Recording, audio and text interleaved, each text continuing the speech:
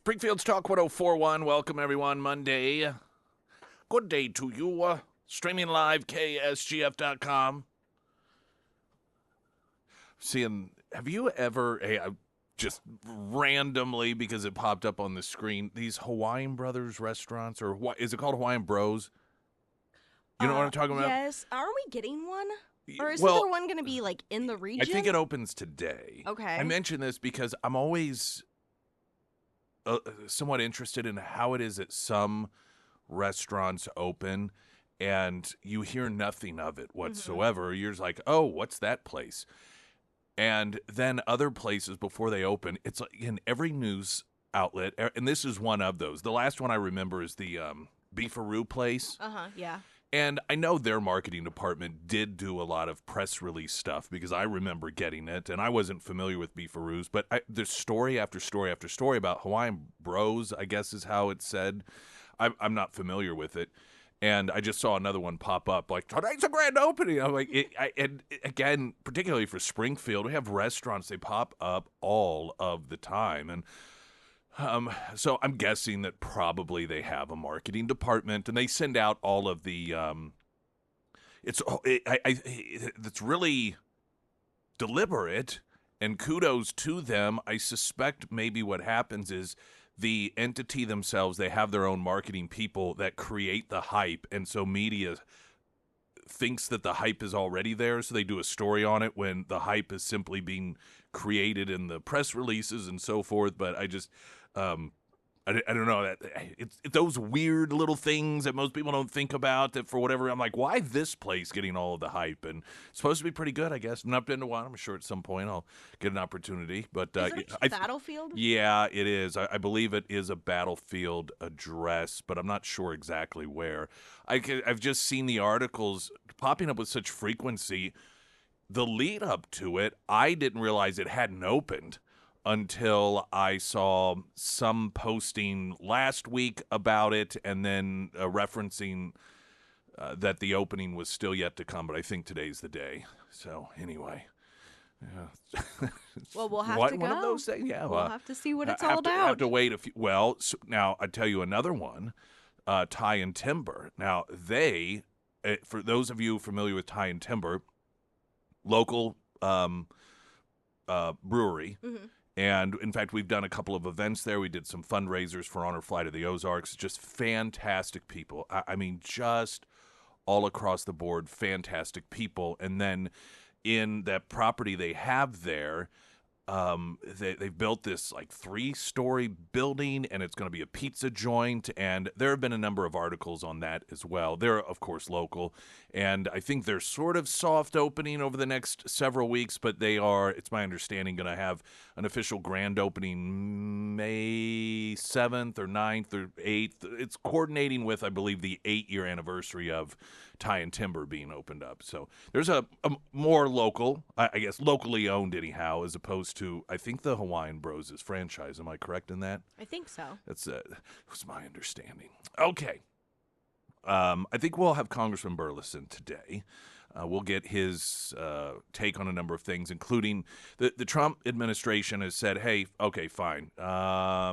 Democrats are going to continue to force TSA workers to work without pay, at least at this time. You know, once they turn the funding back on, then back pay will come to these individuals. But what is happening, you've got anywhere from 300 to 400 TSA agents who have quit.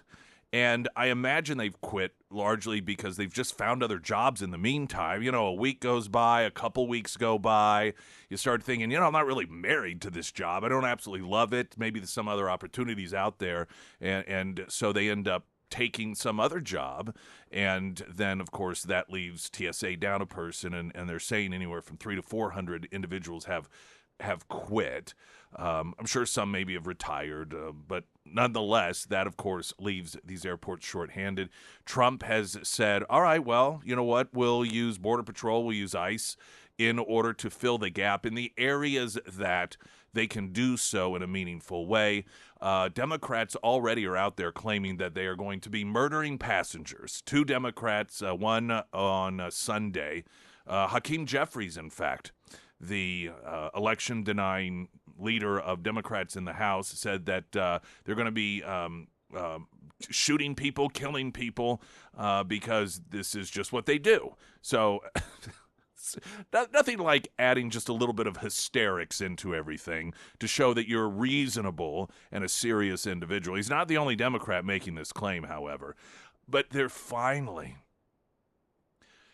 some traction in the conversation about why is this a thing anyhow, and I'm talking about government being responsible for funding this. Prior to 9/11, this was not a thing like it is today.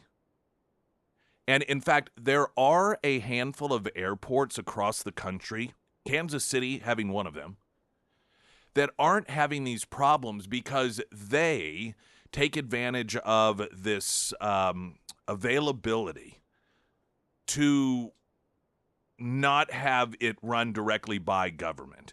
And Governor DeSantis, he had put out a posting on X, I think it was the end of last week, saying, why does government need to be doing this anyhow?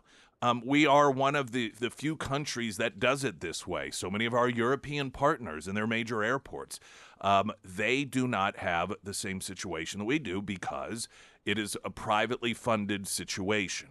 And in fact, airports, the vast majority of other forms of security that airports have in this country, they do it on their own. They do it from a private capacity. It is simply the passenger screening component that after 9/11 it was decided government, because it proves to be so much better at everything than the private sector, that government should take that over. And now, of course, what you have is these TSA agents across the country that are working without pay because Democrats want to allow illegal immigrants to vote in our elections. This is one of the many downsides of turning control over to government, is that they can just shut it off anytime they want for whatever random reason they want. And that, of course, is what we're dealing with. Some of these airports, the visuals, lines out the door of the airport, 5-6 hour waits. Incredible stuff. We'll have a look at the weather coming up. Pyramid Roofing Company text line 447 KSGF. Latest news update.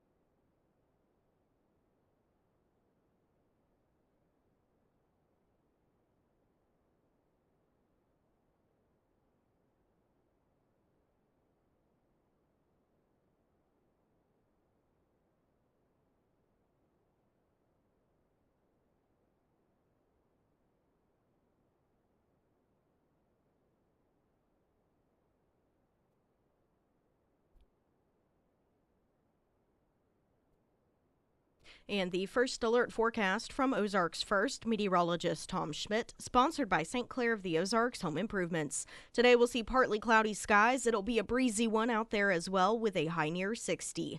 Tonight, mostly cloudy with a low around 42. For your Tuesday, partly sunny with a high near 64. And taking a look at Wednesday, sunny skies with a high near 82. I got a text on Hawaiian Bros I'll read to you, but I first want to get to the traffic and get through some of our local sponsors. And now that traffic update, I'm Nick Reed.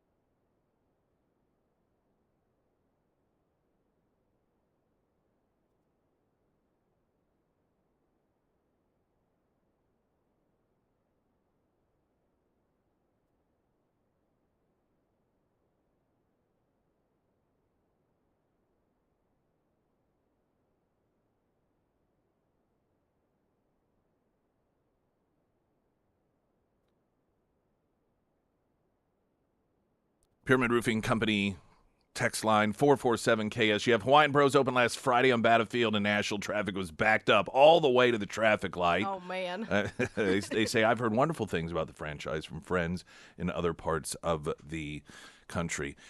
Whenever there is an opening of a restaurant and then there's a long line like that, a lot of people will shake their heads and they will reduce it down to a cultural thing in flyover country as some sort of embarrassment for hillbilly folk that are not sophisticated, and somebody opens some new place that you can get food to throw down your gullet, and despite the fact that per capita we have one of the highest amount of restaurants in the country, people will get in line and they will wait forever and a day, and it gets presented as somehow unsophisticated. But let me tell you something, and this is anecdotal, but the period of time that I was working in Milwaukee, Wisconsin, which is a pretty good-sized city, there was the grand opening of a Sonic there in Milwaukee. It was new to the area. There were no Sonics up there, but Sonic was known. And I'm telling you, it was months before the line was reasonable at that place. I drove by once, I want to say a month after it had opened. It wasn't my normal direct route from work to home, but I thought, well, I'll just go by. Figured if there was any, because there were news stories about it. There were news stories talking about a big news market, news stories because of a Sonic opening up. Now, that's the sort of thing here no one would think twice about because we're very accustomed to Sonic, of course. But up there, it was this massively huge deal, and so there were news stories about it. And I'd say it may have even been longer than a month. It was enough time that had passed. I thought, well, surely I can go by and maybe grab something, because it had been several years since I had, lived here at home when which Sonic was readily available. So I thought, it'd be nice to go by and grab something. They still had law enforcement out there directing traffic. That is so crazy. I know, it shared a parking lot with a strip mall, and they had cones set up to sort of like roller coaster line, where you just go back and forth for vehicles. And I was like, this is hilariously incredible. Needless to say, I did not get in line. I thought, well, I'll just wait till I'm back home visiting, because the amount of time it would take to drive all the way back home probably would not be too far off how long of a time it would take to get through that line there at that Sonic. But whenever that occurred, I thought, okay, this isn't a small town or a Midwest unsophisticated thing. This is a human nature thing. And when there's hype around something that is new, which I think is indicative of this human characteristic that we have of interest and curiosity in things that we're not familiar with. Just being drawn towards it and thinking, ooh, I want to try that. I'm not familiar with it. It's a human thing, not some sort of thing that is lacking in sophistication. Or maybe even if one does want to say it still lacks in sophistication, it's not regional. That is something that human beings anywhere, based off, that's one instance, one anecdotal instance, but I remember thinking, here in the sophisticated city land, liberal city land, people still behave this way about, in that instance, a Sonic. So I no longer think that people need to feel embarrassed whenever that sort of behavior is exhibited.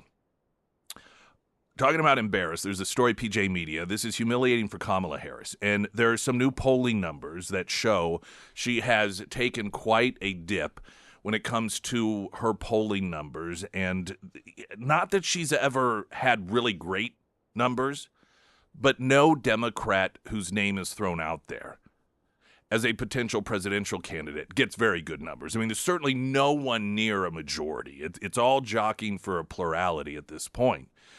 And it's generally been a horse race between Gavin Newsom and Kamala Harris, two of the Democrats that have the most proven track records of poor results in their time in an elected position.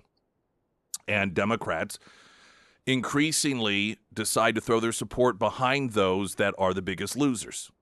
And I mean that in a results-oriented way. Gavin Newsom just completely running California into the ground.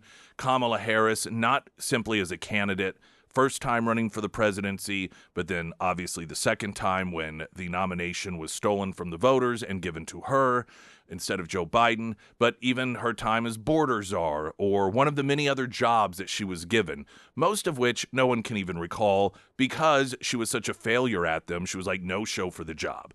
And this is something that Democrats gravitate towards. It's people who have proven to do a really bad job at things. And so that's why the two of them have been jockeying for first place. According to the latest UC Berkeley Institute of Government Studies poll, Harris has some genuinely brutal numbers. It's a survey of 5,019 registered California voters conducted March 9th through 14th, finding that just 9% chose Kamala as their first pick for the Democratic nomination. 9. Gavin Newsom leading the pack at 28%, followed by Alexandria Ocasio-Cortez and Pete Buttigieg. When second-choice votes get folded in, Newsom climbs to 42%, while Harris manages only 20%.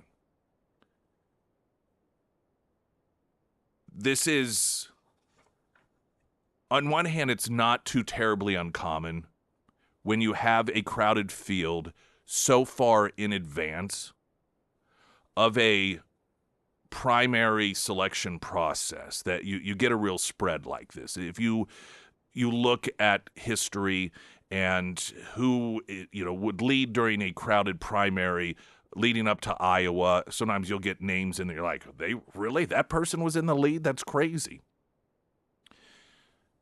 It is somewhat unique, however, when you're talking about such high-profile individuals that do have the greatest amount of name recognition within their party and have been on the national stage to the degree that they have. Kamala Harris, obviously a failed presidential candidate, then a failed vice president, and then a failed presidential candidate again. She's not an unknown commodity. She has had a national campaign infrastructure in place. She's done all of these things, yet she's still, in the latest poll, only at 9%, though she's seen higher numbers than that, but rarely, if ever, over 1 in 4. Gavin Newsom, while he has never been on the national campaign circuit officially, he has unofficially done so. Everyone knows he's running for president. He is the executive over California, pretty significant state, and he has managed to do an abysmal job just in terms of actual results. But he also, he would go to the White House when Biden was there, and I mean, everyone knew what he was doing. And, Ocasio-Cortez hasn't done the national circuit thing. Pete Buttigieg has. They arguably still will suffer from a degree of name recognition, though Ocasio-Cortez certainly is given pretty much as much airtime as she wants. But ultimately, the point is, you're not talking about a field of unknowns here. You're not talking about a number of potential candidates for the presidency that, it's like, oh, well, this guy's the governor of Nebraska. And like, who? I don't know that guy. These are the top known Democrat politicians.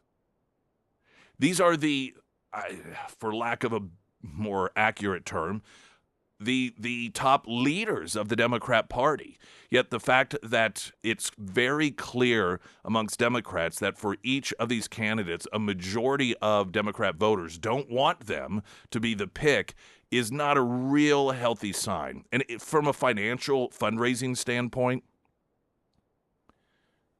it also isn't encouraging because that means that there, at least at this point, is going to be a lot of money that gets sucked up during the primary caucus process, as opposed to a scenario if you have sort of a clear front runner, somebody that ends up after Iowa, New Hampshire, South Carolina, you get through a Tuesday or two, then virtually everyone else drops out. You've got, someone who is garnering 50+% of the vote in virtually every one of the meaningful states, and the electoral pathway for the nomination anyhow, is pretty clear, then they don't have to worry about spending money during that process. All of that money can go towards the general election.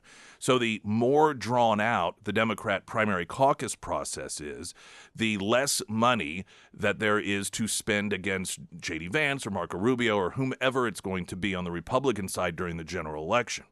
And I still hold out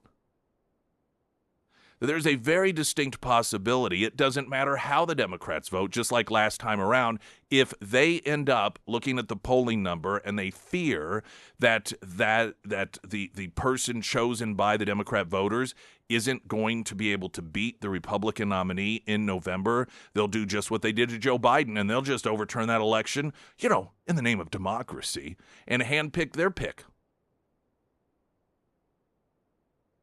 Which, given their judgment, may not be the worst thing in the world for whomever the Republican nominee is. Springfield's Talk 1041. I'm Nick Reed.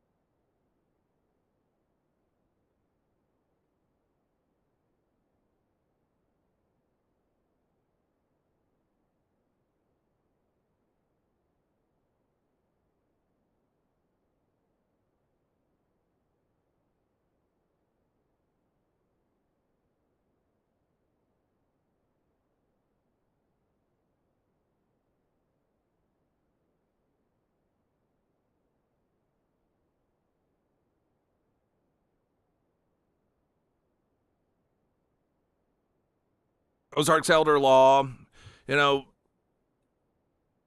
virtually everyone has in their vehicle, it's a spare tire. Of course, we hope that we don't need it. But in the instance that we do, we are glad that it's there. And in some capacity, you're virtually almost always going to need that. Now, today, cell phones, people just call tows, and so increasingly you don't see people changing out onto the donut or the spare tire like you did once upon a time. But it's one of those things that almost everyone has to run into. And without the planning, you find yourself kind of screwed and at the mercy of others. And it's the same way when it comes to wills, when it comes to trust, when it comes to power of attorney. And we tell ourselves that happens to other people. You have the infighting in the family or government stepping in and saying, we think we'll make that medical decision for you based off of cost and efficiency, which generally doesn't work out best for the patient. These are all realities that hit people every single day. And then there are those who protect themselves ahead of time with Ozarks elder law. You probably don't know what everything that you need to have done to protect yourself and your family and your assets and your future. This is what they can go over with you. The consultation is free. All you do is you reach out to them through ozarkselderlaw.com, set up a consultation. They have 10 area locations, so whichever one's going to be most convenient for you. They're going to give you, as Lori Rook referenced it, kind of a worksheet. Hey, here's some of the stuff that you need to bring. And then you bring that stuff, and from that, they will consult, come up with a plan. Here's what you need to do in order to make sure that you're protected in all these ways, and this is what it'll cost to do it. It's as simple as that. OzarksElderLaw.com.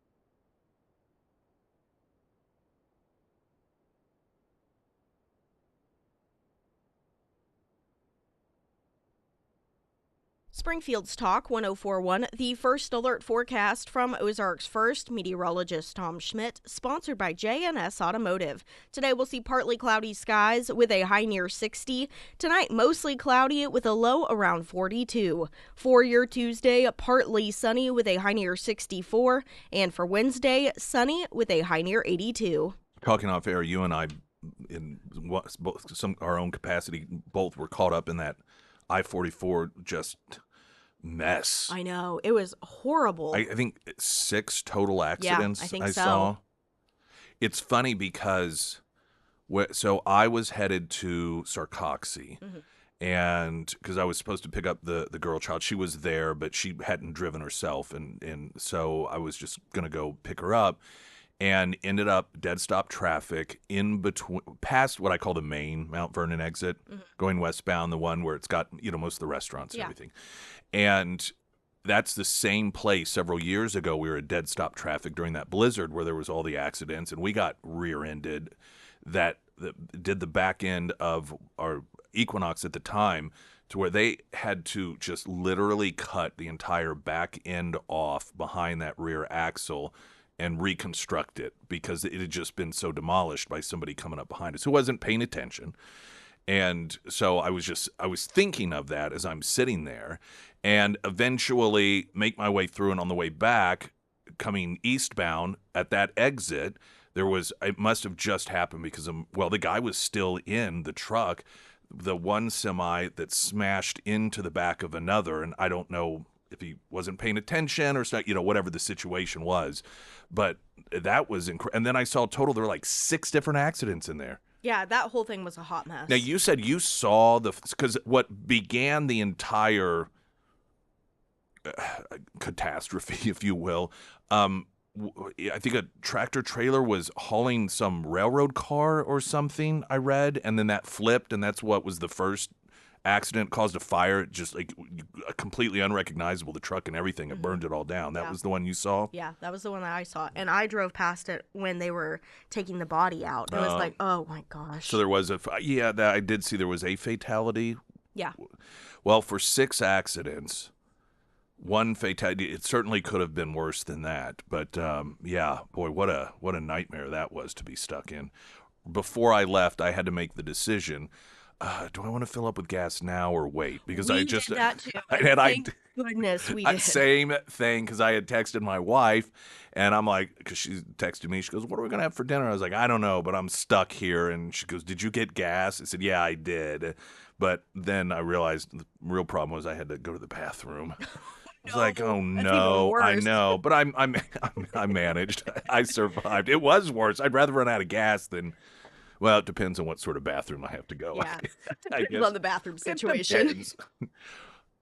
Talking about Kamala Harris and her latest numbers, over 5,000. This is California, incidentally. I should not have failed. Well, I did mention that, but I failed to really highlight the significance of California and California voters. Whom is it that you would like amongst Democrats? Gavin Newsom, 28%, Kamala Harris at 9%, and then you had Ocasio-Cortez, Buttigieg in there as well. And, California, that's kind of Kamala Harris's, that's her home. So having only 9% of people in California say that this is the person we want in there is not a real great sign for her, although it is just one polling outfit right now. Now, Gavin Newsom, we know what an insufferable person he is. Most people outside of California are not familiar with his wife. Now, this is someone that should Gavin Newsom, and I'm just going to call it out here, one way or another, the Democrat Party establishment is going to pick the candidate. Whether it is rigging the primary system fully, as they did for Hillary Clinton over Bernie Sanders, or Barack Obama over Hillary Clinton, or they just undo the entire vote, as they did with Joe Biden, and hand it to Kamala Harris. I have no doubt, ultimately, the party is going to make that decision. And right now, the bet is that the establishment wants Gavin Newsom, which means we are going to be subjected to his wife. And if you want a sense of what that campaign is going to be like, or God forbid, 4 years of her as first lady, here she is during a podcast talking about her desires to be called first partner instead. Is that I don't know if our country is ready for first partner. Okay. Sadly, I don't know if they are. I'd like to think, and I'm going to work really, really, really, really hard for people to see what's been rendered invisible and devalued in our society and to go, oh, that's actually important. Mm-hmm. It's not always a woman behind a man, but the partnership is what's important, and then partnership will make the world go round. That said, I have respect for institutions. California is sort of this petri dish of innovation. I threw it out as a whim to everybody when we were in the transition period. And they were like, they kind of liked it. They thought it was cool. And I was like, okay. And so if not me, hopefully somebody someday will continue to assert and stand up so that more people see the value of the partnership and the value of the care and that person, whether it's a man or a woman, gender nonconforming individual, that they're critical to that person's success, and that they're part of the other life, that other life of theirs that allows them to lead, that allows them to be successful. Just All right, I'm just gonna No. Oh my gosh. Apparently, she's been called first partner for a long time. Well, I think that's what she was explaining, that when she, or at some point, I guess her staff, her people, because like in California, we're so innovative and everything, she just threw out there on a whim, which is hysterical because she says she threw it out there on a whim to be called first partner. And they were like, yeah, that's really cool. And I'm like, okay. On one hand, she is presenting this as if it is some very deep, grounded belief system that is supposed to be a reflection of the greater people that we can be. But then on the other hand, she says that she brought it up on a whim. Like it was just some random thought I had. Let's see, how can we be different? How is it that we can show that we're woke? How can we show that we're morally superior? What if I go by first partner, everyone? Because, California has no problems whatsoever. So you can imagine as first lady trying to figure out in your position how it is that you can better California. Clearly, she was desperately seeking anything because everything is so swimmingly well in California with taxes and government and fires and everything else that she had to find something. And transitioning the people of California to get a better appreciation of whatever the hell she was talking about by referencing herself as first partner instead, then that's the meaningful decision that she made. So, again, it was just on a whim, but it was very, very deep at the exact same time. Let me tell you, that went on. That was only half of it. She starts going on about all the other first ladies, and it's so funny because she contradicts herself, and she realizes it halfway through because she's talking about how important they are as first ladies and really focuses on how it highlights the strength of women. But then that defeats the entire purpose of her transitioning it to partner because it shouldn't be about gender, she says in the beginning. So it's the typical lunacy of the left. These liberal women are just flat out nutty. These liberal women are nuts. They're nuts. Crazy. Detached from reality. This is what happens when you have no real true struggles in life. You just sit around and I mean, this is the stuff that you come up. Can you just imagine being lectured by this woman? I have a feeling that if Gavin Newsom became president and that nut job is running around insisting on it being called first partner, and mind you, we'll all be subject to that. The media will force it upon us. And every elected official that's a Republican will be forced to say first partner. And if anybody accidentally says first lady, then we're really going to hear it and how we're whatever, misogynistic or whatever they're going to label upon us. And we're going to just be beaten into submission over the stupidity of something like that. And so just, we will, I think, should that be the case, look back on the days of Michelle Obama fondly and say, remember when we thought she was the most insufferable first lady? And then we'll have Gavin Newsom's partner, not wife, but partner, because of whatever nonsensical reason that she gives.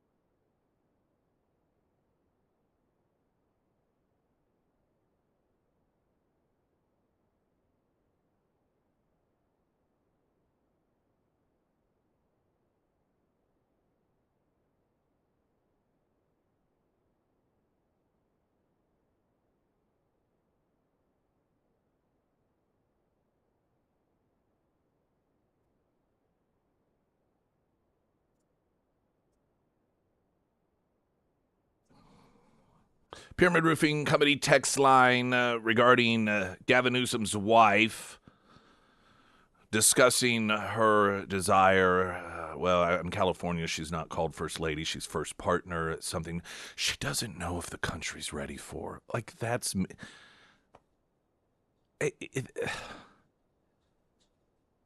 That presentation of, I don't know if America's ready for this. Ready for what? Stupidity?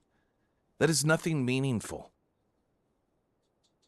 That is the personality trait of a person who is not anchored in anything meaningful, and so they just grasp at anything that they can find in order to feel as if they're doing something meaningful.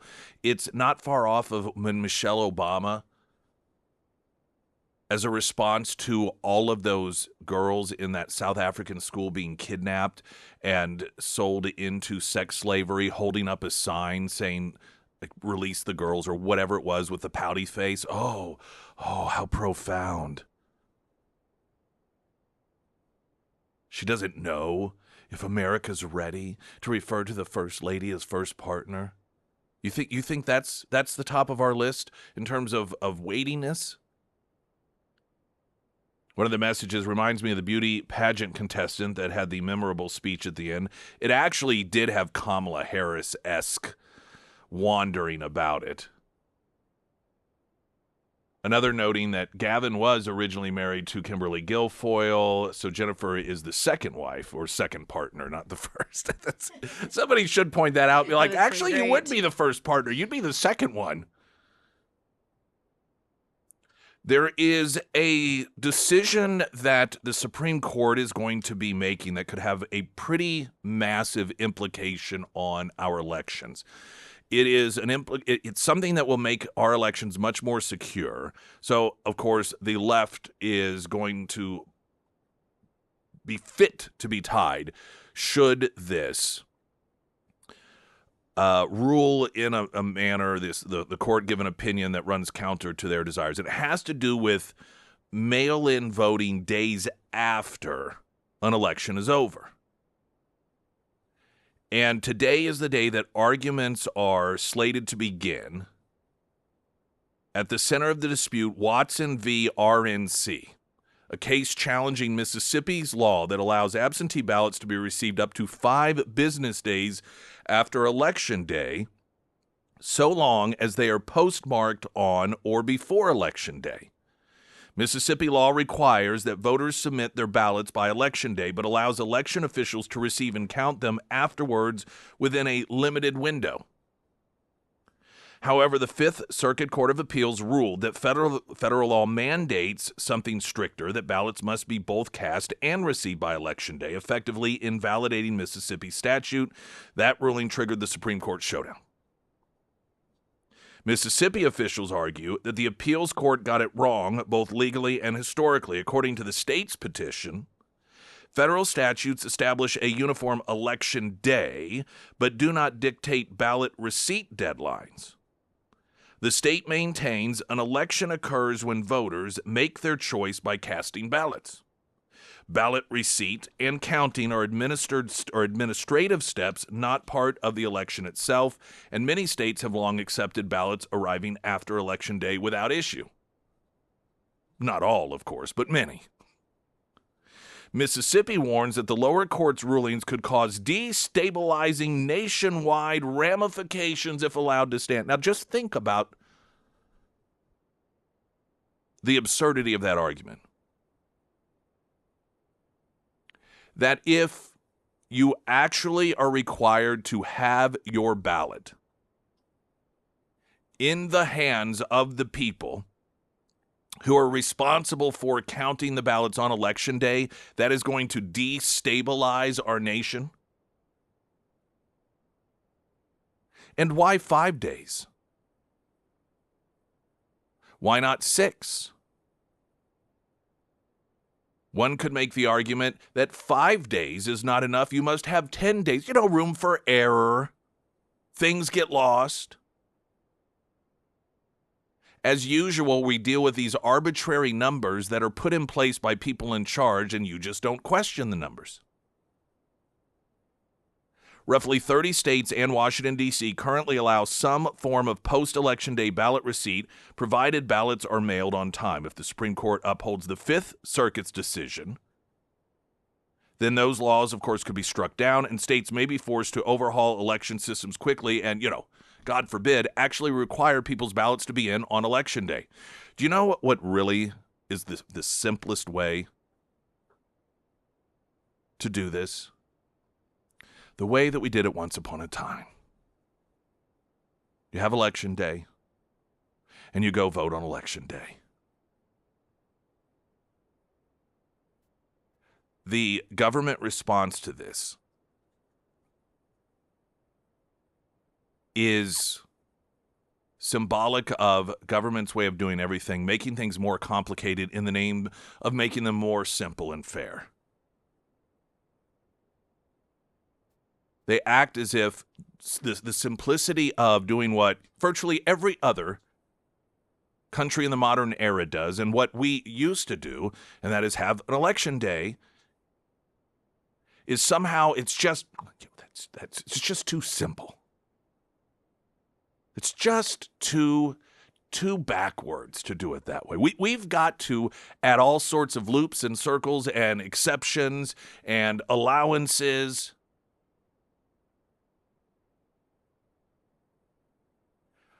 I think that there are some interesting arguments that are going to be potentially put forth beginning today.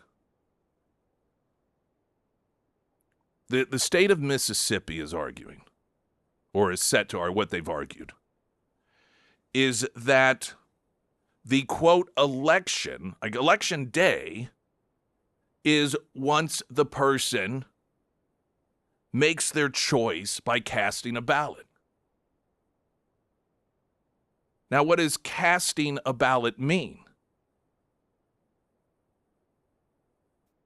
Apparently, what the state of Mississippi wants it to mean is when you put it in some mailbox, your mailbox, another mailbox, a drop box, whatever, that somehow is casting it.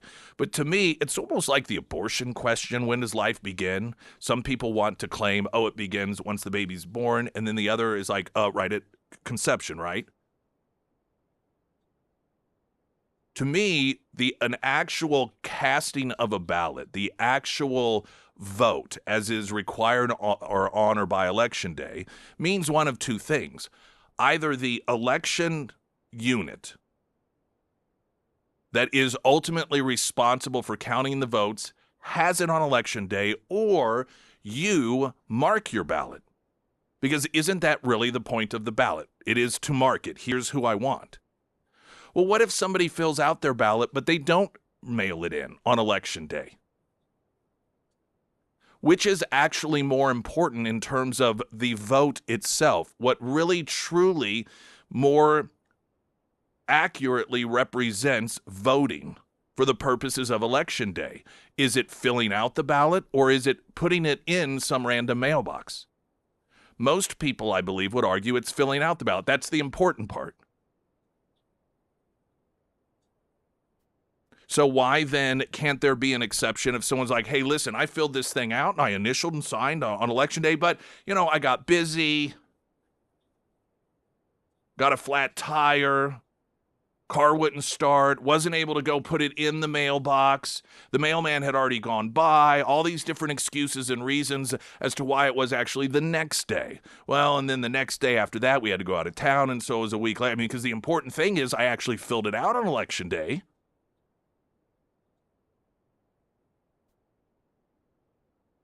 Generally speaking, the simplest answer is the correct one. And when it comes to voting, that is the best approach. You have voting on one day, and you show up to do it. And in the rare instances that you absolutely are not able to, there are some very strict allowances, absentee voting, something that we have had in this country. And then that's it. Full stop, as they say. Because every additional allowance is simply an additional ability to cheat. Which is why they do it. Springfield's Talk 1041. I'm Nick Reed.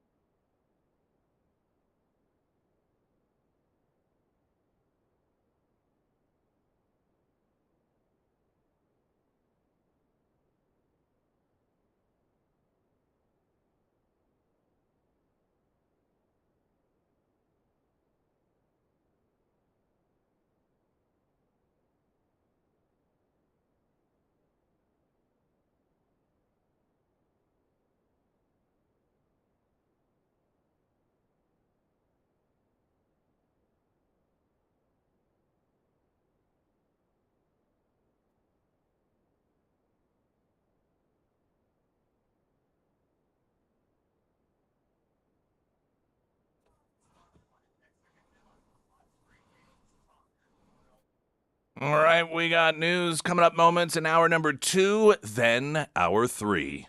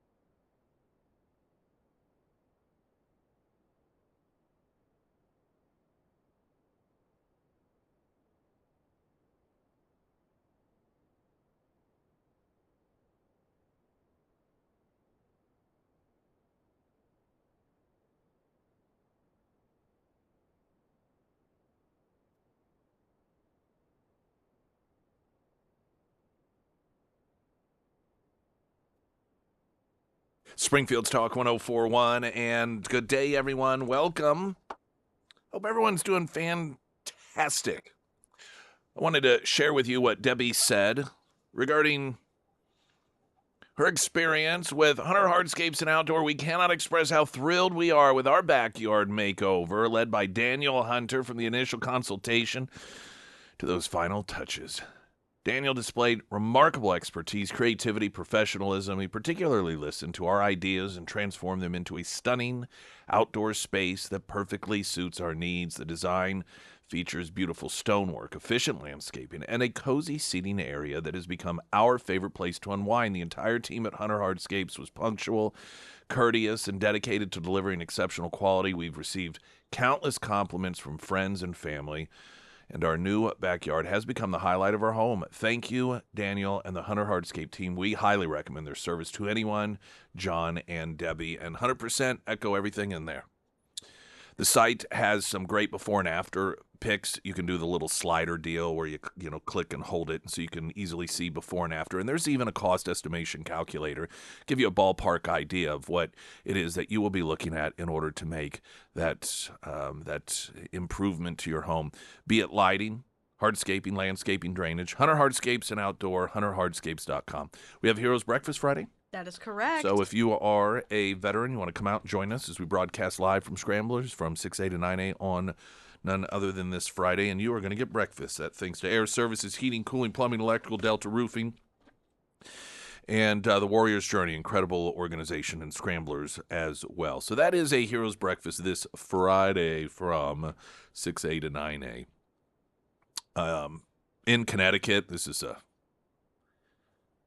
fun little story. Democrats there recently rushed through an emergency anti-fraud law requiring bottle redemption centers to collect a copy of a person's driver's license when they cash in more than 1,000 cans or bottles in a day, a document demand that Republicans say undercut the party's attacks on voter ID rule, of course. Unless Democrats in Connecticut don't want black people and married women to be able to recycle. This is what we're, of course, told. Anyone who supports the need to show a photo ID in order to vote doesn't want women who are married to vote and does not want black people to vote. They tell us there's no other reason. So when Democrats then pass through emergency legislation in order in Connecticut to force people to show the same form of ID to recycle.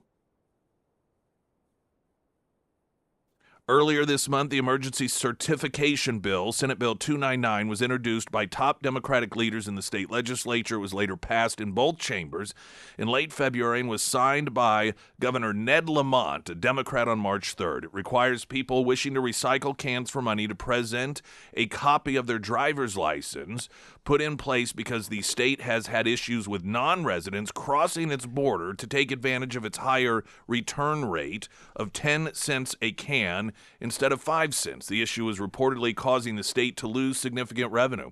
Well, if it saves the planet, isn't it worth it? Is that not the number one priority, is to save the planet? If that cost a little extra, is that not worth it to Democrats in Connecticut? What is just so perfect about this, of course, is the reason they cite is to prevent fraud from occurring, to prevent people who are not from their state, who are not supposed to be utilizing their recycling opportunities. It is to prevent them from doing so. And so in order to prove that you are legitimately allowed as a resident of that state to participate in recycling in that state, you have to show a photo ID. But when it comes to voting, however, well, now, because recycling is much more sacred and important. And apparently to save a nickel, so you're talking about they have a higher return rate of 10 cents a can. It's oftentimes 5 cents, I believe. And so what we're talking about is saving a nickel. In the world of Democrats,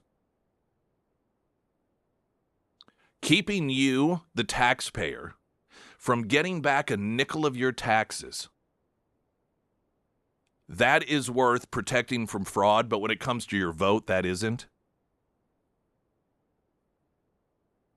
You must really hate married women and black people to want to deny them a nickel. That is the Democrat Party 2026. And for you animal lovers out there, nearly every House Democrat voted against a bill to ensure migrants can be deported for harming animals. The bill known as the Bill to Outlaw Wounding of Official Working Animals Act, Bow Wow, passed in a 228 to 198 vote, the Hill reported, while Republicans, along with only 15 Democrats, voted in favor of the bill. 190 Democrats opposed the bill, instead protecting animal abusers who are in this country illegally. Under the Bow Wow Act, a non-citizen, so it could be either someone who is here illegally or a non-citizen that is here legally of the United States who is convicted of or who admits to having committed an offense related to harming animals used in law enforcement is inadmissible and deportable. So the same Democrats who had fits over Kristi Noem talking about killing a farm animal, a farm dog, because it killed off some of the livestock, are perfectly okay protecting people who are in this country illegally that abuse or kill dogs. Again, this is the Democrat Party in 2026. Latest news update.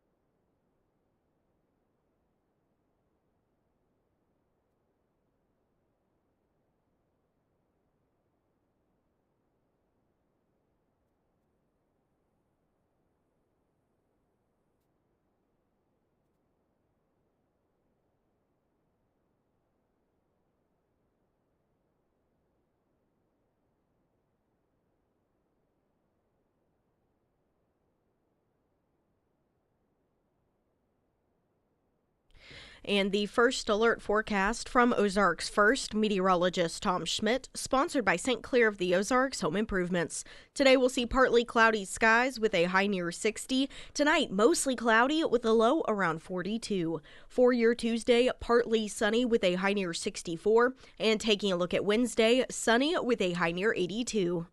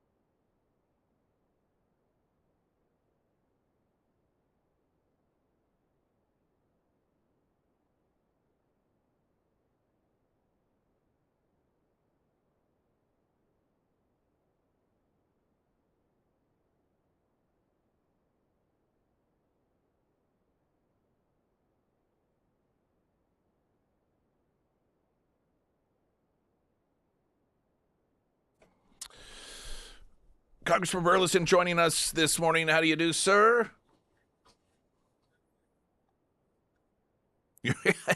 Yeah.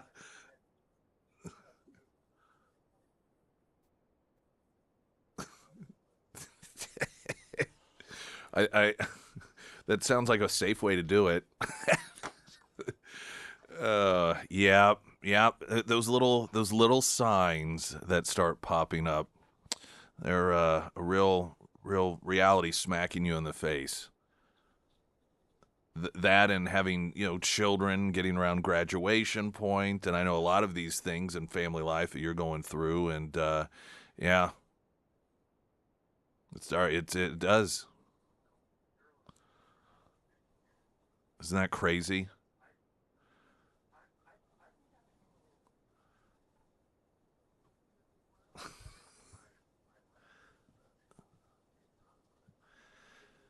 Yeah, yeah. Well, we'll see how you're handling it when the day actually comes. But yeah, in all likelihood. Yeah, I wanted to ask you. Well, a number of different things. Let's start off with Iran. I have found this entire discussion to be somewhat interesting because in some capacity, it is along party lines, of course, with the exception of Fetterman. Every Democrat's going to be against it no matter what. But there are some, and I'm not talking about what I would consider some of the extreme vocal podcast quote Trump supporters, but just normal Trump supporters that are just like, well, I don't really know how I feel about this, and I hope it turns out well, but I don't know that I'm comfortable with this, and so it really does bring up a lot of stimulating questions that are legitimate, I think, and it seems as if increasingly we lack that sort of discussion. So anytime it happens, that's I mean, you hate maybe the reason it's occurring, but it is refreshing that there are some legitimate conversations going on.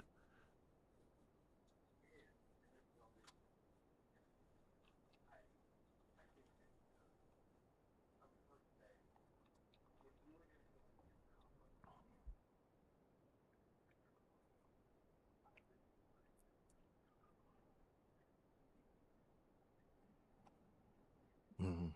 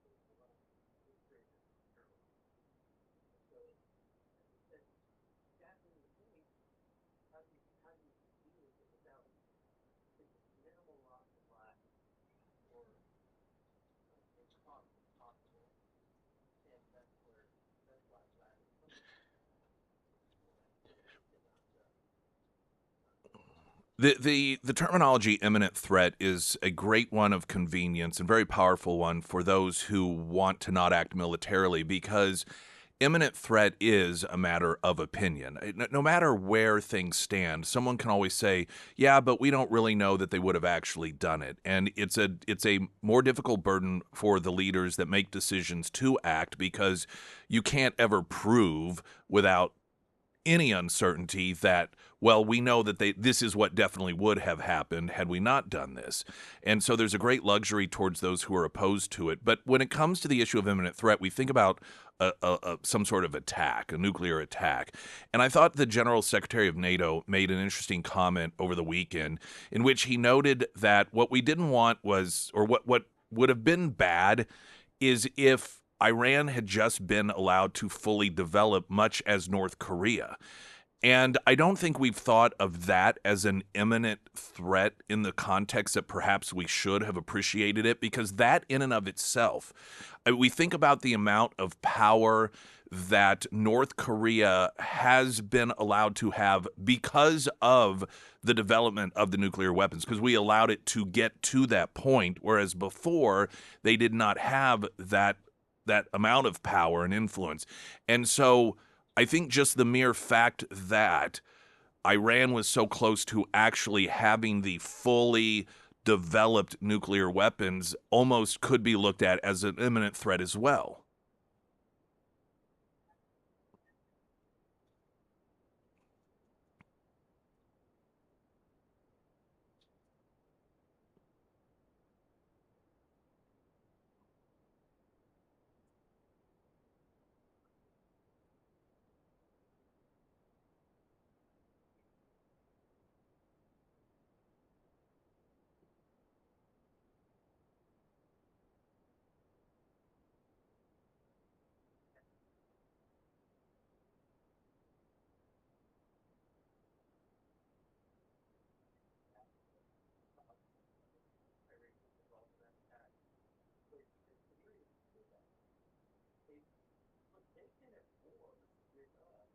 Right.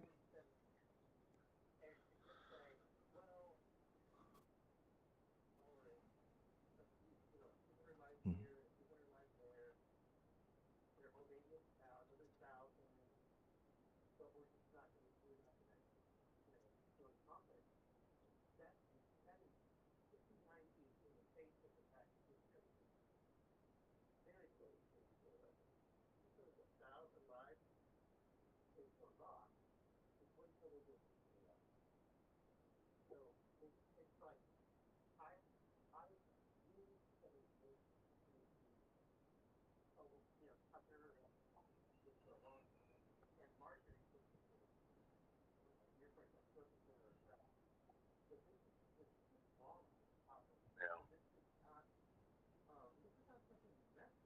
Right.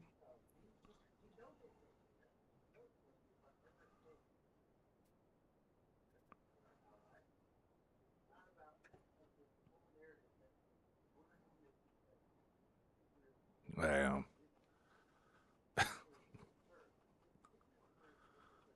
Yeah.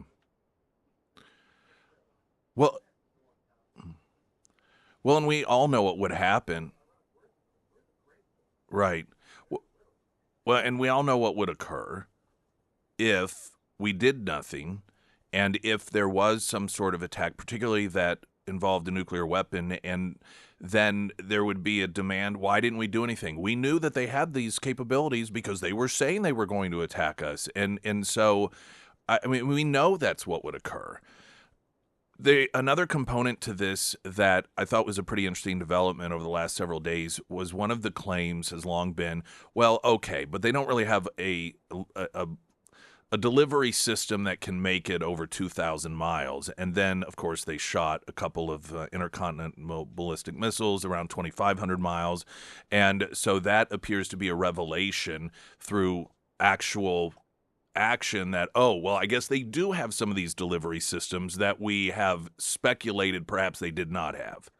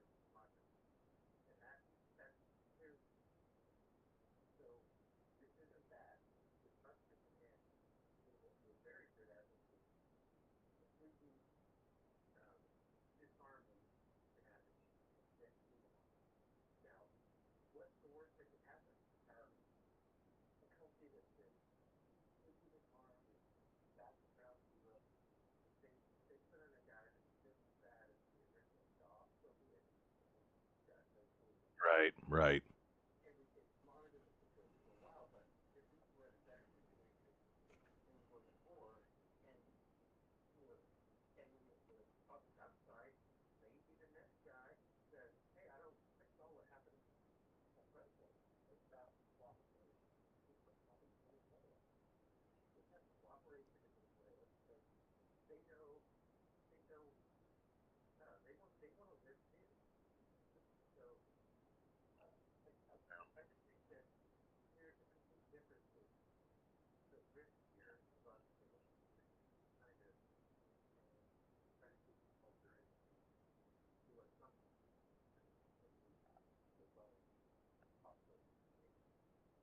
Congressman Burleson with us. I did also want to ask the latest developments with TSA and Trump announcing that he's going to direct the utilization of ICE and or Border Patrol, or perhaps a little bit of both, to fill in some of these gaps. There are certain areas that they are already trained and equipped to do, and then the areas that are more specialized specifically for TSA agents, it will allow them to focus on that more, as some estimates of over 400 have left now. Hakeem Jeffries has already said that they'll probably be murdering people and passengers, of course, because Democrats are serious. But I know, it's just the lunacy of these people.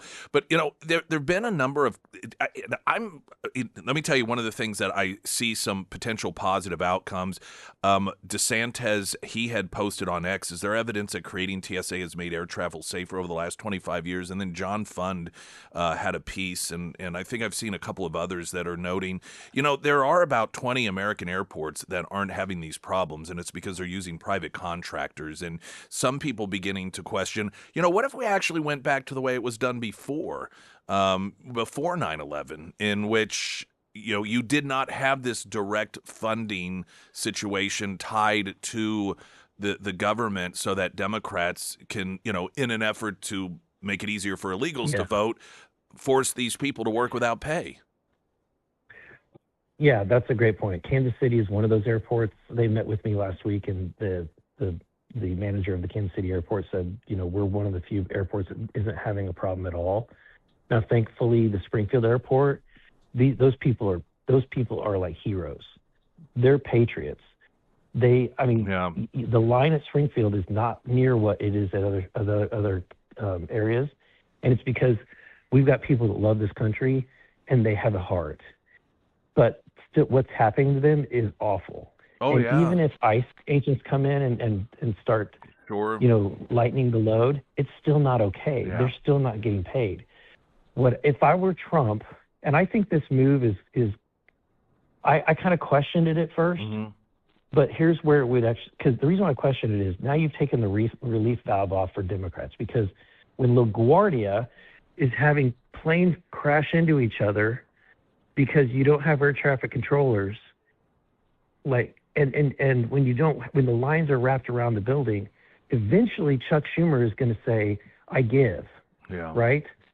But when you bring in ICE agents and you create this release valve, then now they can just continue to try to hold out, what Trump could do, because he can direct where those ICE agents go, is say, okay, we're going into places, we're not going into the states like New York and California, right, where their members, their U.S. senators are not allowing us to fund these TSA agents.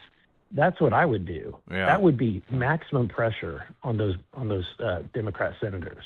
Well, and how could they? I mean, of course they would claim that he was just playing politics, but hey, you're the ones who want this. This is your doing. It is politics. Yeah, that's what they're doing. I know. They're playing politics. It's smash mouth politics. Oh yeah, yeah. Any final thoughts this morning? Just excited. Today is the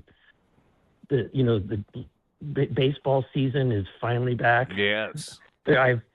I have like two real passions in life, and that is watching baseball when I get a chance and hunting and fishing. So baseball is back. I'm excited about the new team for the St. Louis Cardinals. I know there's no all-stars on the team really. I mean, they've traded everybody away that had any significant salary, but that's good. It's going to be fun to watch a group of players that are young, talented, and hungry, right? Yeah. And that's how dynasties are formed, is from the ground up. So today is the Springfield Cardinals versus the St. Louis Cardinals. I'm excited, and I can't wait to see it, and I can't wait to see where this team goes. Congressman Burleson, it's always a great pleasure. Appreciate your time this morning. Thank you. You too. All right, take care. Springfield Talk 1041. I'm Nick Reed.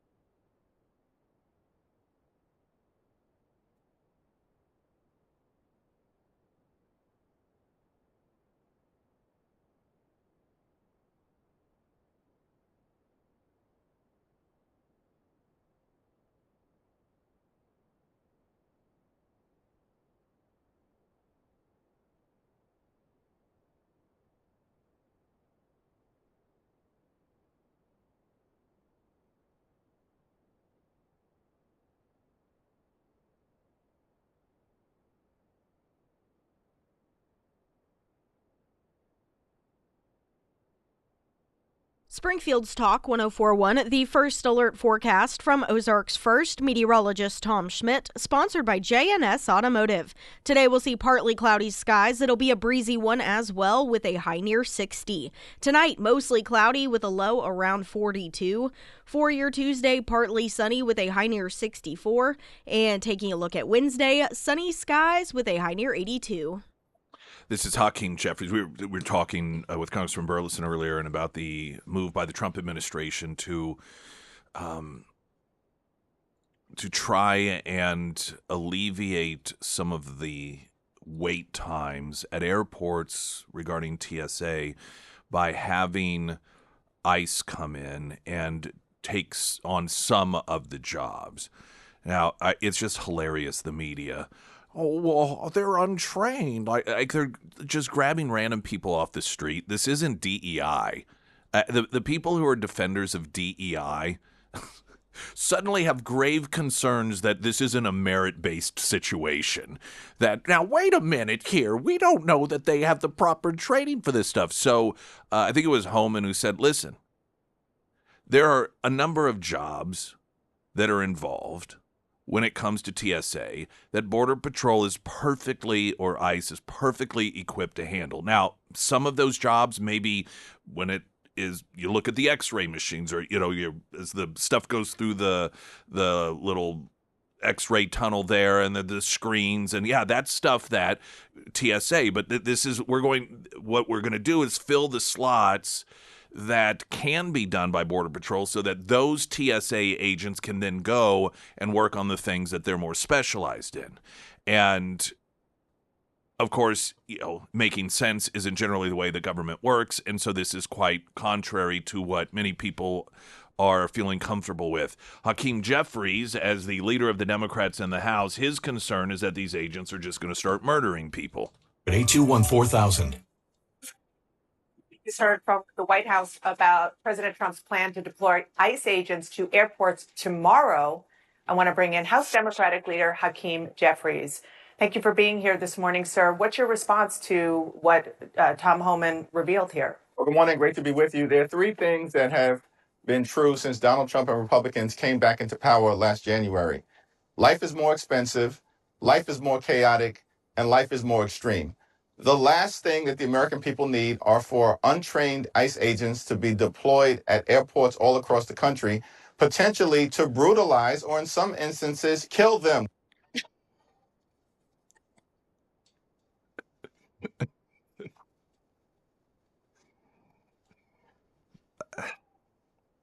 For Pete's sakes, can the Democrat Party not get any just normal people? Normal! Well, I'm not saying that we got to agree on everything, that they have to agree with Republicans, but for crying out loud. This guy is such amateur hour. It's so clear why organically he has been assigned the name Dollar Store Barack Obama, because he's just such a cheap knockoff version of somebody that is supposed to be an astute and charismatic, sharp politician. This guy is can you not find anyone? Nancy Pelosi, for all of her apparent wine-soaked antics, I mean, at least wasn't a complete idiot all of the time anyhow. I mean, she did have her moments. But it's every time there is a new leadership position occupied by a Democrat, they get dumber and dumber and dumber and dumber and dumber. Oh, these untrained TSA, they're going to not only brutalize, but murder people. Governor DeSantis of Florida posted on X Saturday, is there evidence that creating TSA has made air travel safer over the past 25 years? If not, then why not let the airlines and airports handle it? He asked, why give politicians the power to play games with the travel of our people? Now, this is a question that first was asked around 9/11. Now, it should be noted that these questions are not in any way, shape, or form a reflection of the workers themselves. It's who's essentially in charge and running it, government or private sector. And when there is any sort of discussion about well, I mean, hey, is TSA actually even necessary? I think what some people may erroneously believe is the argument is that there should be absolutely no security. And instead, the argument is, well, perhaps it should be the way it was before 9/11. Because the idea after 9/11 was that these individuals were able to board airplanes,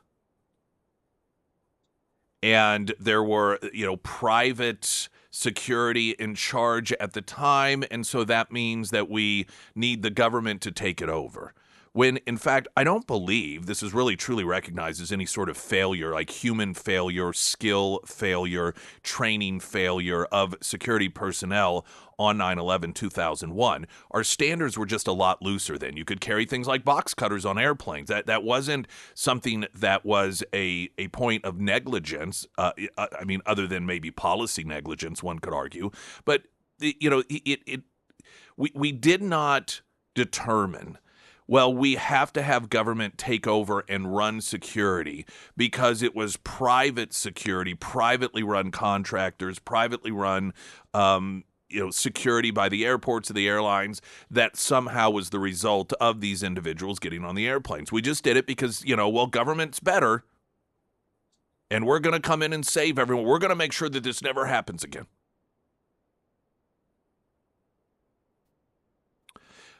The Washington Post, which is left-wing, has an opinion piece on this, noting privatizing TSA would prevent long airport lines. And they note that currently there's 20 American airports, and I referenced this with Congressman Burleson, and he said, yeah, he had a conversation with the CEO of the Kansas City airport, and they're like, yeah, we don't have any problems. Why? Because they're one of 20 airports that use private contractors instead of the TSA to screen passengers.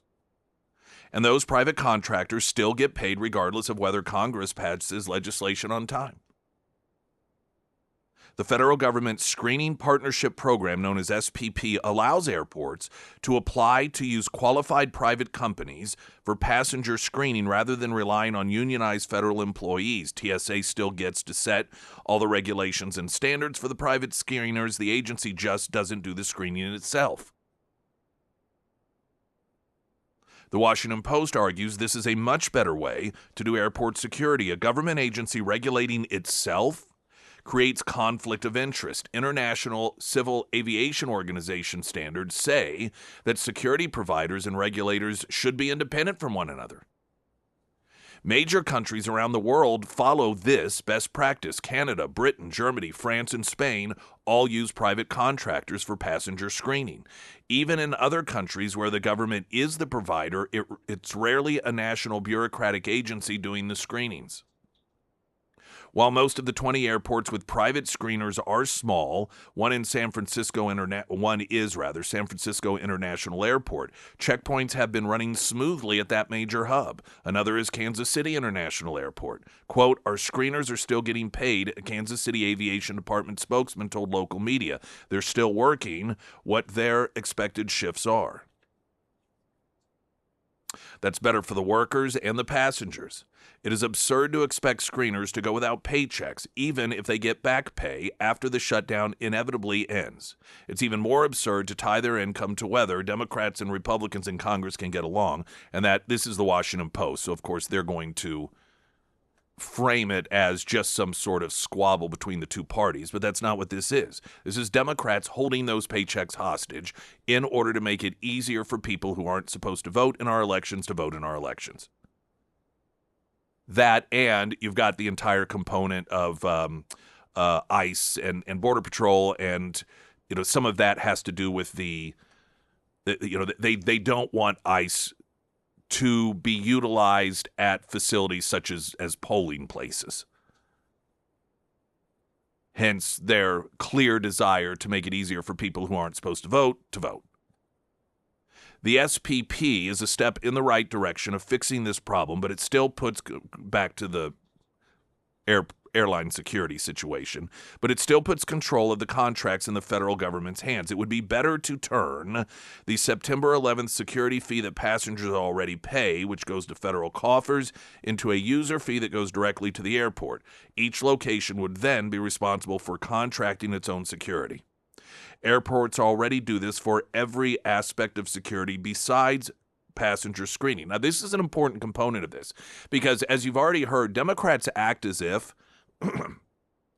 when it comes to security of an airport, it absolutely has to be under the control of federal government. Otherwise, you have a bunch of untrained lunatics running around that are going to start murdering people. That's what Hakeem Jeffries has said. But when it comes to all other aspects of airport security, airports already do this.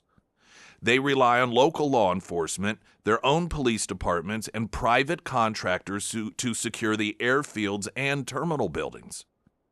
Those tasks are just as vital to ensuring the security of the skies, and they clearly don't need to be performed by federal employees. Having a government monopoly in charge of passenger screening subjects air travelers to political dysfunction in a completely unnecessary way. Airports are high-value infrastructure assets that should continue to operate smoothly even when Congress does not. And again, I don't think that it should go unnoticed that this isn't just a screw job over on the American traveler. It's those agents as well who are expected to pay. And now their work environment is being created to an incredibly hostile environment. And these are being withheld until Democrats give up this fight and allow them to start getting paid again. This is a situation in which moving it out of government control in the capacity that it is benefits absolutely everyone, which is, of course, why so many in government would be opposed to it.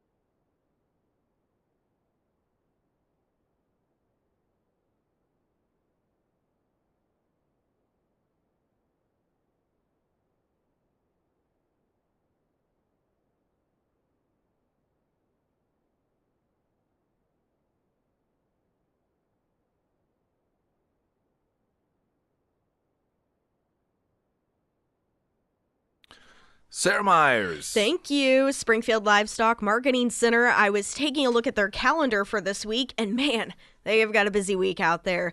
Today, they will have a cow and bull sale that is starting at 10 a.m. Tuesday, there's a dairy sale at 10 a.m. Wednesday, there's a Holstein steer special and an 8 a.m. feeder sale. And they're going to round out the week on Friday with a horse sale starting at 5 p.m. So like I said, lots happening out there this week. Now, they offer live streams and online bidding for all of their auctions. So if that is the route that you want to go, make sure that you are pre-registered before the sale that you want to virtually attend. To check out other sales, visit their Facebook page or their website, springfieldlivestock.com. They are very up to date. And of course, you can find all of the contact information for Springfield Livestock Marketing Center under the Sarah's Endorsements tab at ksgf.com.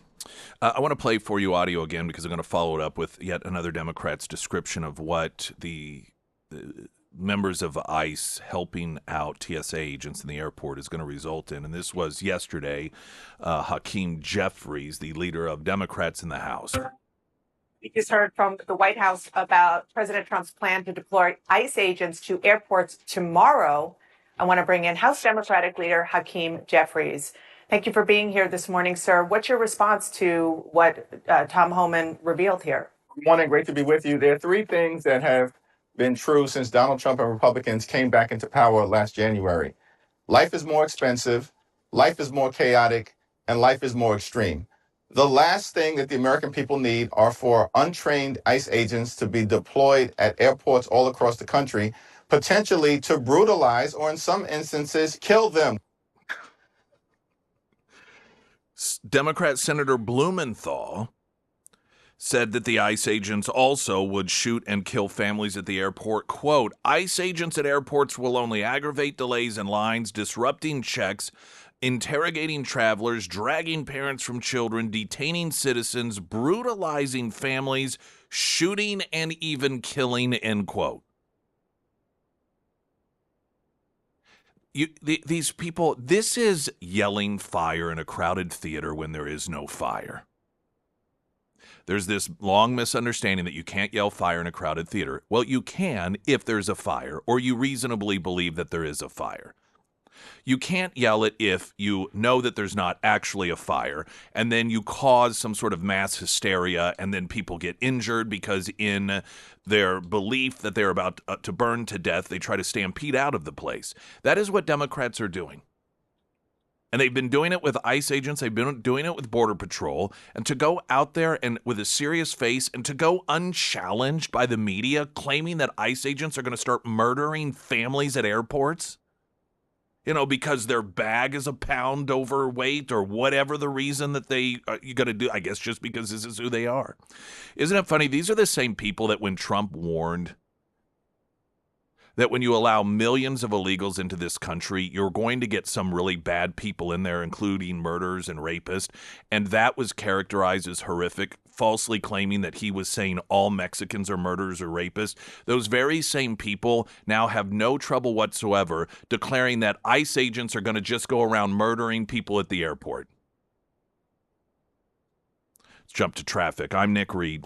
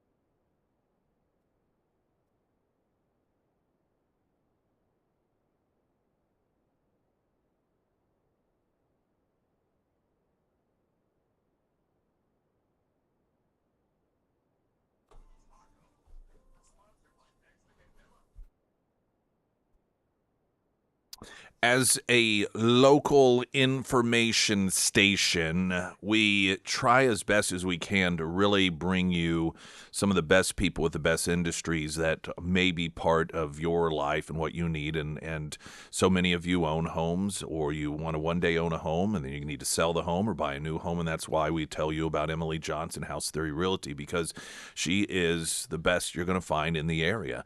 I recommend that you follow her on social media, you read Google reviews, Zillow reviews, and you're going to find what we have been telling you, both through my experience, Sarah's experience, and so many of your experiences, that if you want somebody that's just going to show up and let you in a house or let people in your house, then Emily Johnson's probably not the one that you're going to want. But I recommend you interview these folks, and she does the same thing, because you're going to be working with them. They're going to be working for you, and you want to make sure you get the best, and that is Emily Johnson, House Theory Realty.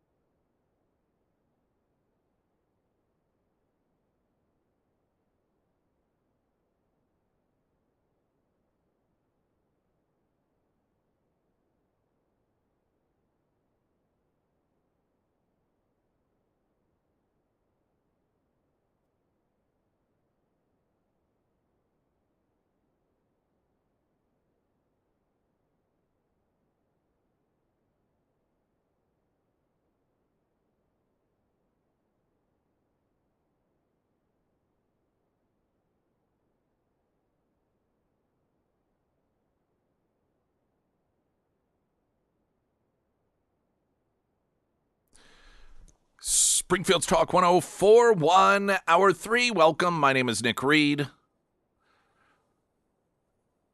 Just to demonstrate the fluidity of information, accurate or otherwise, this morning when this show started, there was a story about one of the many stories about this airplane at LaGuardia and how it ran into a fire truck. And it noted that according to tracking, the plane was going 24 miles an hour when it hit the fire truck. And when I saw the damage, my first instinct was probably like a lot of people who also read that report, is that seems like a lot of damage for only 24 miles per hour. But then I thought, well, it's probably the front of a plane's not necessarily built to take a collision like that. It's not like a car in which it's developed in a particular way to take a certain hit and so forth. And so I suppose given that, maybe that is pretty normal for that speed to have that sort of destruction, in which, if you haven't seen the images, it just is annihilated the first part of the plane, and you can see why it is that they said the two pilots did not survive that. Well, now the reports are saying that the plane was going over 100 miles an hour, so now I'm always trying to figure out ways like, well, okay, I guess that makes sense. And now, well, maybe 24 miles an hour wouldn't have caused that much damage because 100 plus, certainly you can understand why it would have such a devastating impact. So I'm sure as time goes on, we'll get a better determination as to what the speed was and the cause of it. But, it's crazy because you think of, or when people do worry about being in some sort of accident that results in death in an airplane, it tends to be the sort of thing that doesn't actually happen so much. People think of just falling out of the sky, or a wing breaking off, or the engine stop when you're 10,000 miles up, and it's almost always something that is somewhat unique. And I'd say hitting a fire truck while landing is definitely, I don't know that it's never ever happened, but certainly I'm not familiar with it happening to the degree that this accident did. Trump has made a posting this morning, and this is word for word regarding the war in Iran. Quote, "I'm pleased to report that the United States of America and the country of Iran have had over the last 2 days very good and productive conversations regarding a complete and total resolution of our hostilities in the Middle East. Based on the tenor and tone of these in-depth, detailed, and constructive conversations, which will continue throughout the week, I have instructed the Department of War to postpone any and all military strikes against Iranian power plants and energy infrastructure for a 5-day period, subject to the success of the ongoing meetings and discussions." And that was something that was put out there as a response to the Iranians continuing to threaten the Strait of Hormuz there, and that would be the infrastructure, electrical infrastructure, and so forth, attacking those. The thing that I don't know, nor should we maybe know, but as time goes on, perhaps we'll know, whenever these postings are made about the talks with the Iranians, who exactly that is, because every time there is discussion of any significant leadership position filled, it is soon within 12 to 24 hours followed up with, oh, now they're dead. And so what people are we talking to that are in some form of position of authority that we believe will not be killed off by us or the Israelis within the next 12 to 24 hours? Because it seems like anyone who is in charge at this point is someone we would want dead because they're the bad guys. Anyone that's within the Iranian government that would be saying, hey, okay, we're not really so into this thing, we'd like to talk with you, doesn't seem like the sort of person that would be put in a decision-making position in Iran at this time. And so it's going to be interesting when all of this plays out to learn what person or persons that the White House continues to talk with, what authority they have, why it is that that person who is able to talk with us is still allowed to exist in a leadership position, given Iranians' position that, or at least publicly, they are going to destroy the United States. We're the great Satan, and they'd rather die than make some sort of deal with us. There is an update also that gives some numbers to give a sense of what sort of destruction we have been responsible for in Iran. And this was on Saturday.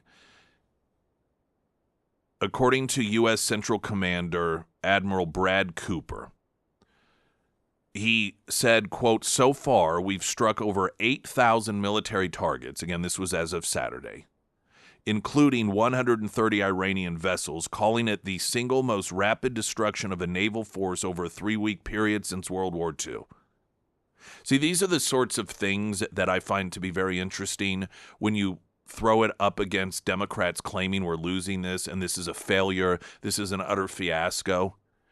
You juxtapose this to the claim by the Biden administration that Afghanistan was the most impressive and successful military operation. They actually made that declaration that in terms of an airlift operation, it was the most successful we've ever seen. I mean, this was just America's best. America's finest moment, militarily speaking. Those same people are claiming that what is occurring in Iran right now is a failure.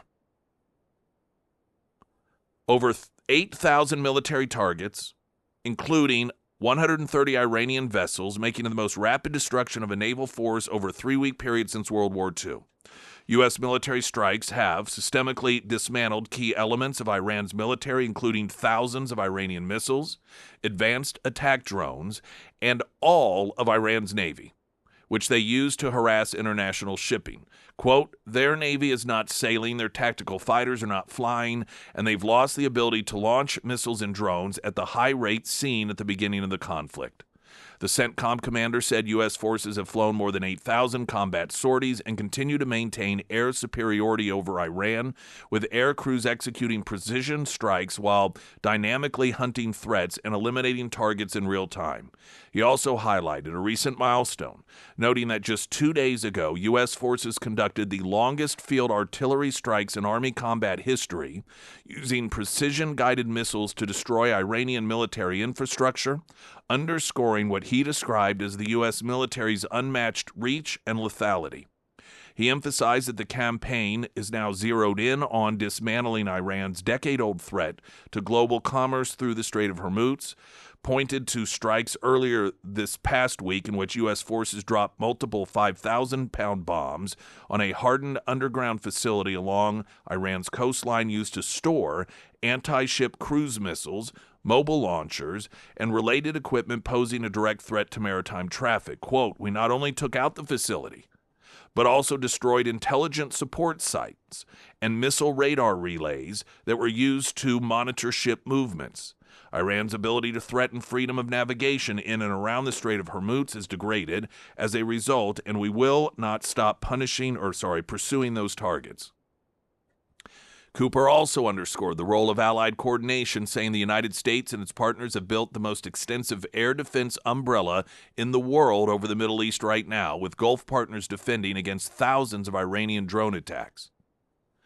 The update came as Trump, on Saturday, escalated pressure on Tehran, issuing a 48-hour ultimatum for Iran to reopen the Strait of Hormuz, noting that we would start obliterating their power plants, starting with the biggest one first, and that, of course, has been updated by today's posting on X by Donald Trump, noting that because of talks that he felt have been successful and detailed, that he is putting a pause on those would-be attacks for 5 days, depending on how the discussions go. So, of course, that means that at any given time, that 5-day pause could be lifted should he determine that the talks are not going in a fruitful manner. Now, again, just to keep in mind, we talk about success and failure and what does success look like. And there's success on a day-to-day basis versus long-term success, and these can be very different things.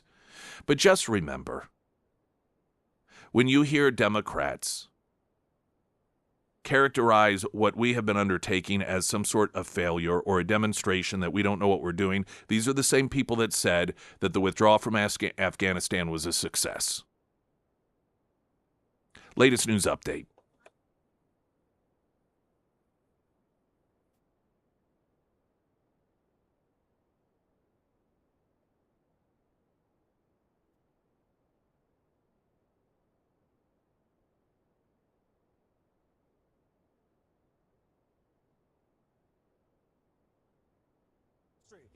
But what are the potential pitfalls?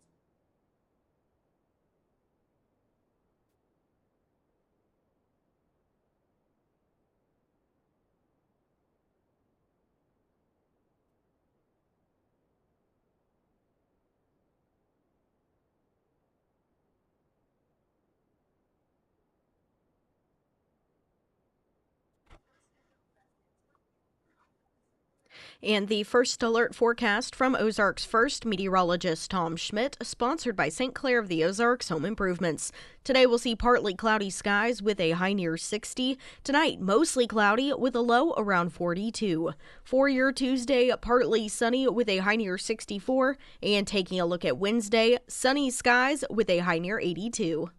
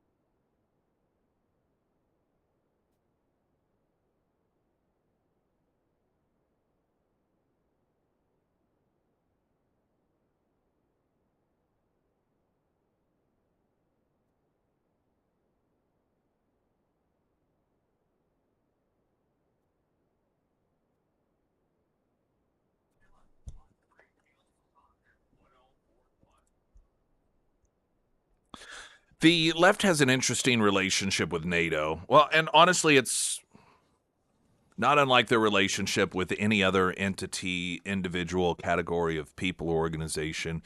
It is only useful to them when they can utilize it in a way to bash their political opposition. Otherwise, they have no use for it. And the institution of NATO is treated no differently. And we know this because they talk a great game about the importance of NATO. Yet when NATO actually talks, they don't listen. What we have found consistently, particularly during Trump's second term, is there is no outfit, no collective of leaders or people that has been more pro-Trump and more what Trump is doing than NATO. Whether that be the NATO nations kicking in their fair share of finances so that NATO becomes stronger, whether that be looking to Trump to try to figure out some sort of way to come to the conclusion of the Russian-Ukrainian war, which Trump himself has acknowledged on a number of occasions that has been much more difficult than he thought it was going to be. Just this, I mean, not a member of NATO, but the Prime Minister of Japan, this past weekend or Friday when she was in the United States, noted that there's only one person that can bring peace about in these situations, and it's Donald Trump. The left, they're so sheltered. They have no idea what it is that these world leaders say about Donald Trump, because they're in a sheltered world, and in their minds, they think that all of these world leaders have no respect for Trump, that all of these world leaders see Trump as some sort of buffoon who doesn't know what he's doing. They don't understand the reality because they don't hear what these people actually say.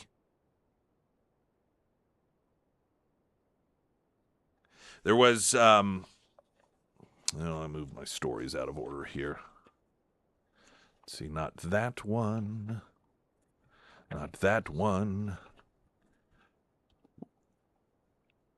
I've got audio. I'm not sure what network this is on because I don't have the paper right in front of me, but that's not what really is relevant here. It's just what we have the General Secretary of NATO saying regarding the NATO alliance and Iran and the relationship of these other countries with that of the United States. But Israel says these were intercontinental ballistic missiles that could hit Berlin, Paris, and Rome. Does NATO share that Israeli assessment? We cannot confirm that at the moment, so we're looking into that. But if this would be true, it is the more evidence that what the president is doing here, taking out the ballistic missile capability, taking out the nuclear capability from Iran, is crucial. And exactly as the ambassador just said, Ambassador Waltz, we have seen with North Korea, if we negotiate for too long, you might pass the moment where you can still get this thing done. And North Korea now has the nuclear capability. If Iran would have the nuclear capability, including together with the missile capability, it would be a direct threat, an existential threat to Israel, to the region, to Europe, to the stability in the world. So the president doing this is crucial. And I've seen the polling, but I really hope the American people will be with him because he is doing this to make the whole world safer. The inconvenience of NATO once again, not only defending Donald Trump, but noting that the world needs to listen. The American people need to listen. And I'm not saying from the perspective of full truth that what NATO says is the absolute truth, but I'm just noting the contradiction here between the media and the left that acts as if NATO is unquestionable in its judgment. NATO is in the way that they discuss NATO. NATO has superiority over the United States of America. That presentation, however, is missing when it comes to NATO and what NATO actually says, what the Secretary General actually notes and says regarding Donald Trump and what the United States is doing, because there's no one that has been more consistently noting that Donald Trump is right on this one, Donald Trump is right on that one. Once again, Donald Trump is correct here. Yep, the world needs to listen because what Donald Trump is saying is true. There have been a lot of nations that have, in different moments, noted their support of Donald Trump and the things that he's done, but just overall, in the irony here is because the way that it's presented is really the opposite. As if NATO hates Donald Trump, that Donald Trump has all but destroyed NATO, that it's this fractured relationship. And I'm not claiming that the leaders of NATO absolutely love the fact that they have been made to behave in a way that's more responsible. I'm not claiming that, because oftentimes you got to drag people along kicking and screaming, and the way that is more comfortable is the way that's not necessarily beneficial, and Donald Trump's not about that, which is why even during his first term, he was out there pushing NATO to be more, quote, NATO. And it has resulted in a stronger NATO, and they know this. They may not have enjoyed the process of it. Oftentimes, lazy people don't love the process of being non-lazy any longer, and NATO has long been lazy. When it really gets down to it, and when it comes to the decisions that matter, right or wrong, NATO has been a tremendous supporter of the things that Donald Trump is doing. And I just note this because people on the left are so absent and divorced from that reality.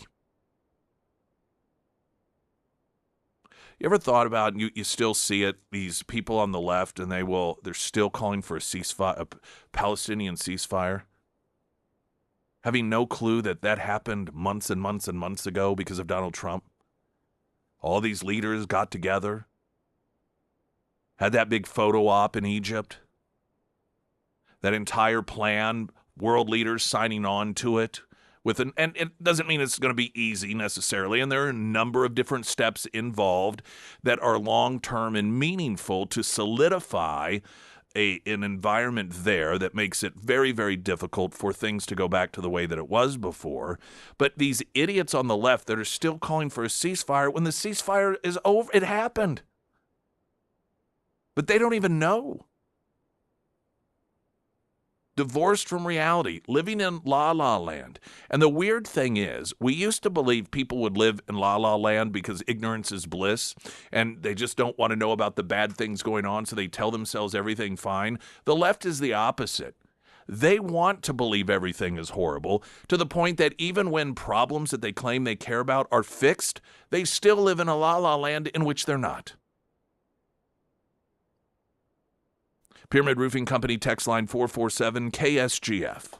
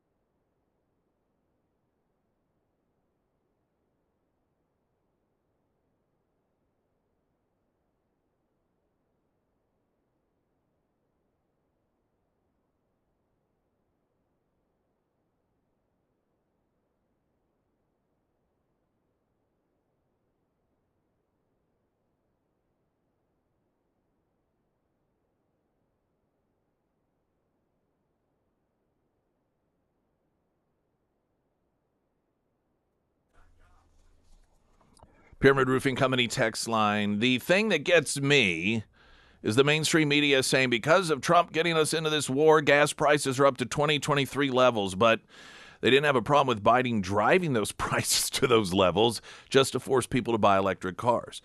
This is a demonstration, again, that there is no cause that is true to them other than the cause of power. You would think the liberation of a country in which the primary targets of oppression were women in the LGBT community, would have the left celebrating, saying, you know what, if we have to pay a little more at the pump, it's worth it. But no. That's not a cause that why? Because Donald Trump is responsible for it. Look at how they turned on electric vehicles that were connected to Elon Musk. Suddenly they were targeting people, average citizens, for owning them, terrorizing many people into no longer considering purchasing a Tesla vehicle. Instead, maybe sticking with their planet-destroying gas guzzler.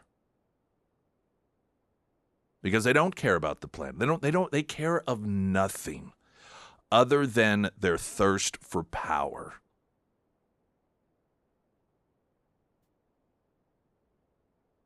If somehow they felt, if this were any other administration, these idiots that run around talking about free Palestine, it would be free Iran. Nothing. Because they don't care about people. They demonstrate that through their own behavior, and this is another example of it. These aren't the right kind of victims, see? These aren't victims that they can use to bash political opposition. They're pawns. Just not the right kind. Springfield's Talk 104.1, a traffic update. I'm Nick Reed.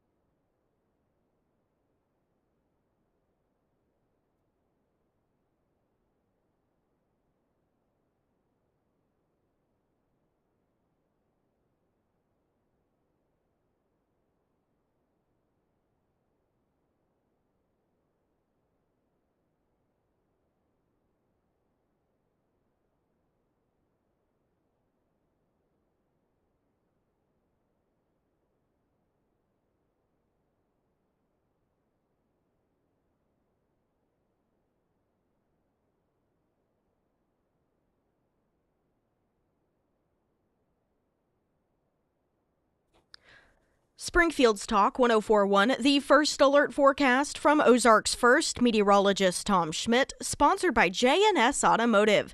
Today we'll see partly cloudy skies with a high near 60. Tonight, mostly cloudy with a low around 42. For your Tuesday, partly sunny with a high near 64. And taking a look at Wednesday, sunny skies with a high near 82. And Foreman Mechanical Heating and Air, the forecast this week is all over the place. We've got everything from the 60s all the way up to the lower 90s later this week. And one day we may need the heat in the evening and the AC in the afternoon. That is why it is so important to make sure that everything is running the way that it should. If your system is struggling to keep up, maybe it's making weird noises or it's just not keeping your home comfortable, now is the time to get it checked out. And that's where Foreman Mechanical Heating and Air comes in. They work on all kinds of heating and cooling systems, and they help both residential and commercial customers. So whatever you've got, they can handle it.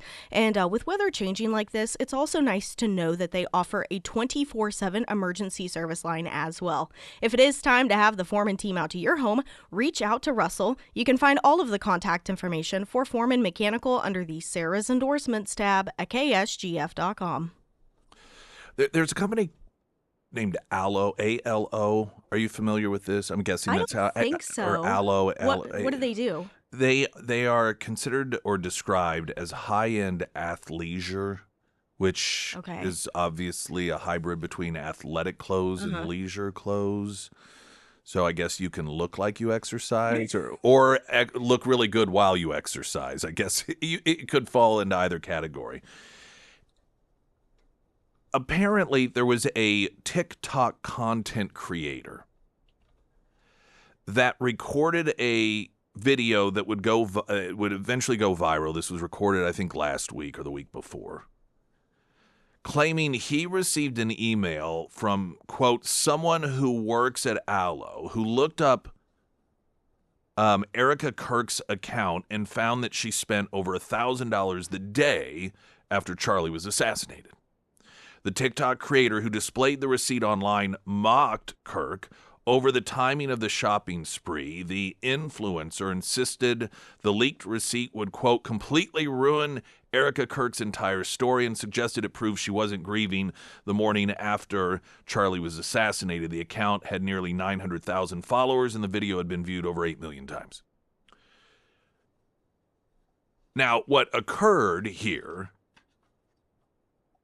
was the day that he was assassinated, there were a number of staffers that immediately flew to Utah.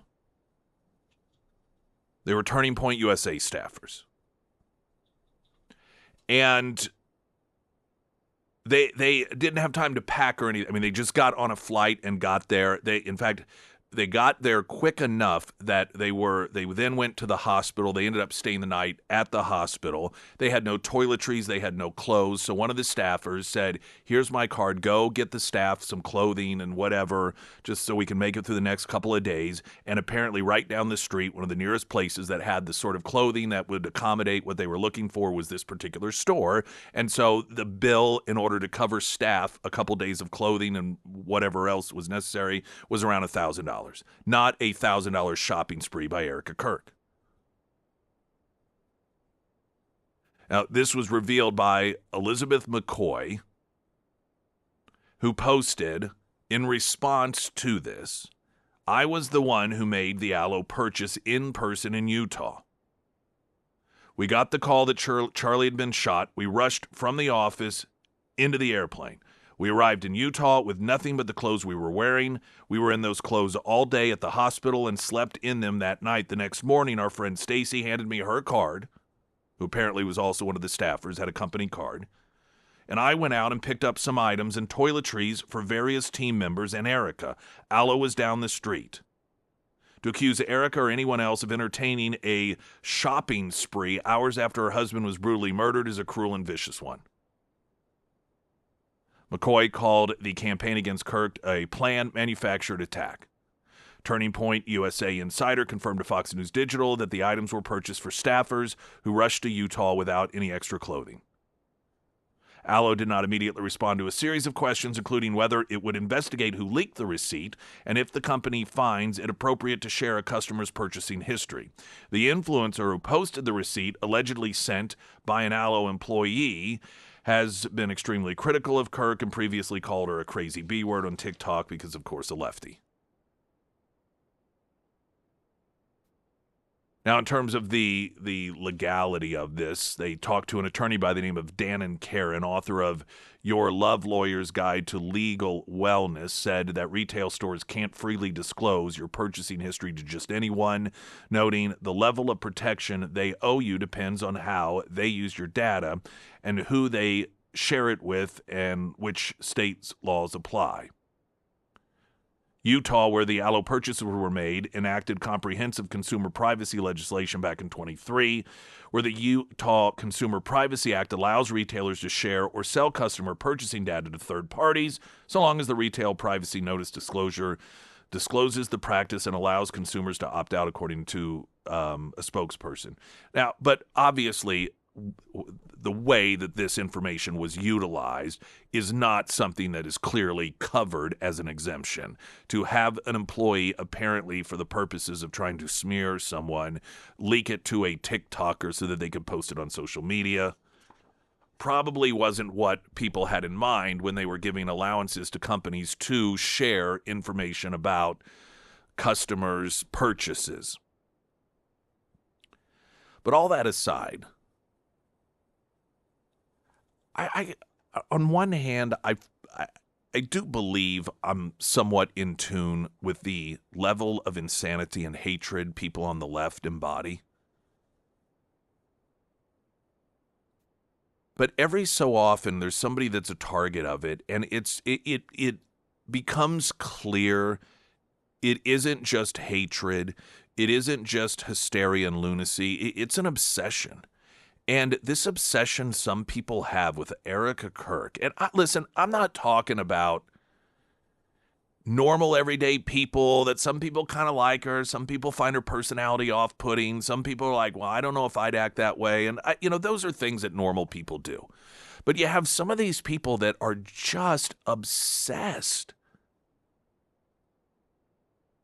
with figuring out a way to, quote, prove that, she was glad that he was assassinated or that she's having an affair with J.D. Vance, just all of these wild, insane, completely unnecessary things. That's the part of it that I find to be a really disturbing personality trait. I understand having discussions about, as absurd as they may be at times, things that really going to have a huge impact on our lives, talking about the situation in Iran or the border. This is a woman that the vast majority of people outside of Turning Point USA didn't even know. She ends up in the spotlight because her husband was assassinated in front of the world because he supported free speech and bringing people on the left and the right together to have open conversations. Due to his instruction upon his death, he wanted her to be instrumental in capacities of steering Turning Point USA and making sure that it carried on in a way. And so she was, in addition to being a grieving widow with 2 small children, had to put on a balance of the recognition of this horrific personal thing that occurred, but also demonstrate a level of strength and confidence that made all of these employees and all of the members of Turning Point USA feel confident that the mission was going to move forward and they weren't going to be without jobs and that everything was going to be okay. So she had that unfortunate position of being the victim while at the same time having to be a caretaker to all of these people. And this insistence that so many human beings have of nitpicking that apart, most of us will never, ever, ever find ourselves in that position. We will find ourselves in a position of losing a loved one, Some of us may find ourselves in the position of losing a loved one in a tragic and injustice way. But to have it done in front of the entire world, then to have upon your shoulders put the future of this massive social political organization that has a lot of employees that are looking to you to make them feel confident and comfortable things are going to go forward. Most people would never even begin to be able to make it through a situation like that. And then the audacity of people to nitpick on her and to criticize her and to actively look for things that can then be presented as proof that she didn't really care that he died.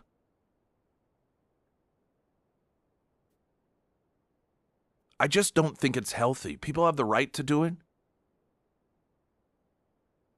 But when you, in particular, you work for some company and then you decide for whatever reason to look up, like her, does she have an account here? She does. This was the day after, and then to leak that to someone so that they can smear her. There's something seriously wrong with some of these people. And I'll fully acknowledge maybe I'm missing something. Maybe there's some reason to do this to this woman. I just, as a human being, haven't yet found it. Springfield's Talk 1041, I'm Nick Reed.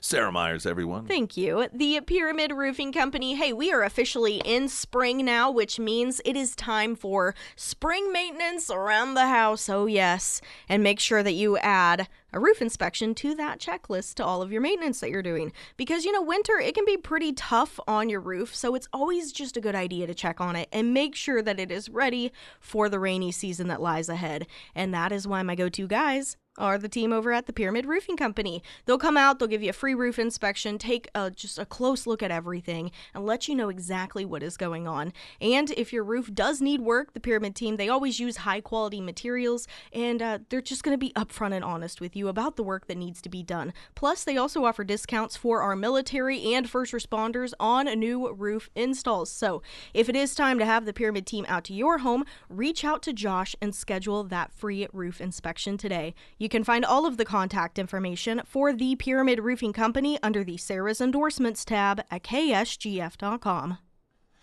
Axios has a piece regarding the Democrat identity crisis, and this is something that they have created.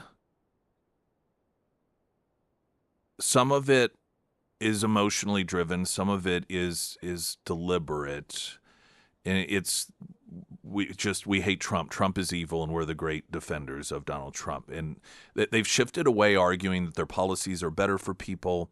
They've shifted away from even promising a better life. They don't even appear to really try to do that any longer. And it's just all been about Trump. So, of course, the problem is, well, what do you do when Trump is gone? Now, I believe that is the good versus evil position is they're just going to shift the evil spotlight. Whomever the nominee is, be it J.D. Vance or Marco Rubio or who knows, that will be the new most evil person in the world. And you already hear some of these people on the left casually noting that I'm almost more afraid of Vance than Trump. I think Newsom said that recently. They're already because everything always has to be worse for them. Worse for you. And they are the great defenders. They've lost the identity of the working man's party. They've lost the identity of the family party. They lost the identity of virtually, every sort of meaningful thing, certainly when it comes to crime and safety and even when it comes to education, they're losing somewhat of an edge on that, though as much of a failure as it is, because in the minds of most Americans, there's not really a real differential in terms of how to provide education. And I'm talking to the average voter out there. No matter what state you're in, they kind of see education as being the same, whether it's red or blue. And so, there still is a bit of an advantage that Democrats have there. But ultimately, they just have nothing in terms of an identifier other than we're the good guys and our opposition are the bad guys. But Axios is noting that there's a trend amongst these Democrats, and that's victimhood. And they have a piece that notes, in the context of this identity crisis these Democratic presidential potential candidates have, that, quote, some potential 2028 Democratic presidential candidates are introducing themselves to voters in a striking way by documenting their childhood resentments, family chaos, and fights with their parents. They note many presidential hopefuls carry painful memories from complicated childhoods, but few have discussed them as openly as Pennsylvania Governor Josh Shapiro, California Governor Gavin Newsom, and Illinois Governor J.B. Pritzker. Their frankness about their formative years and family dynamics is a way to shape their public stories before journalists do. It's also a sign of shifting taboos and a growing desire for candidates to appear relatable to voters. Now, there's a combination of things that are going on here, and I do believe that they're in this constant struggle to prove they're, quote, relatable. They generally miss the mark because you can't fake authenticity, and they don't know what they understand that they're not connecting to the normal person, but they refuse to believe the normal person is actually the normal person. Because when you show them a normal person, it turns out to be someone that they believe to be a racist, a homophobe, a bigot, an anti-science ignorant. And so they're in this constant search for who that normal person is to relate to. They have also, though, at the same time, turned victimhood into virtue and dwelling on that. Now, the virtue isn't blossoming out of victimhood. If you want a real great example of that, that's J.D. Vance.